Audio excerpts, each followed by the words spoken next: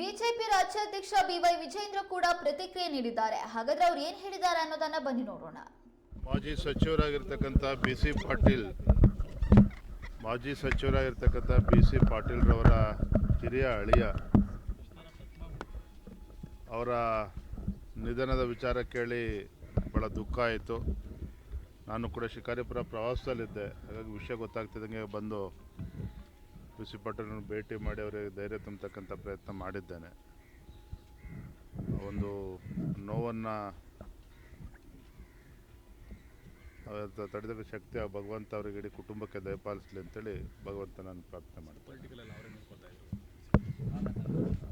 ಅವರು ರಾಜಕೀಯವಾಗಿ ಕೂಡ ಭಾಳ ಆ್ಯಕ್ಟಿವ್ ಆಗಿದ್ದರು ಮತ್ತು ಅವರೆಲ್ಲ ಜಮೀನು ಎಲ್ಲವನ್ನೂ ಕೂಡ ಹಿರಿಯ ಹಳೆಯನೇ ಕೂಡ ನೋಡ್ಕೊಳ್ತಾ ಇದ್ದ ಅಂತೇಳಿ ಕೇಳಿದ್ದೇವೆ. ಯಾರೂ ಕೂಡ ನಿರೀಕ್ಷೆ ಮಾಡಿರಲಿಲ್ಲ.